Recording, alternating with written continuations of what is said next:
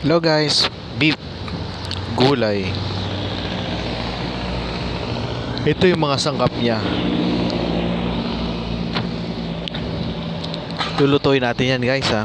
Simpleng gulay lang. Ito, magigisa na ako ng bawang, sibuyas, at kamatis.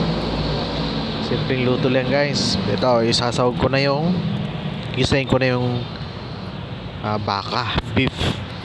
Yan ang gagamitin ko para masarap siya. Simpleng gulay lang naman yung gagamitin ko.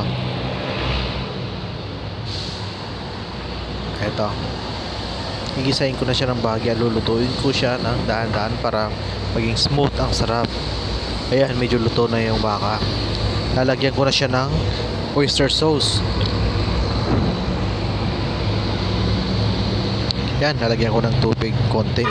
Sasawag ko na rin yung lalagay ko na yung gulay. Ay, simpleng gulay lang para mabago naman yung mga pagluluto natin. Mas marami yung sahog yung baka. Ayan, finished product niya guys. Masarap yan, tikman nyo. Yung simpleng luto lang, lutong bahay lang. Okay, thank you for watching. Thank you.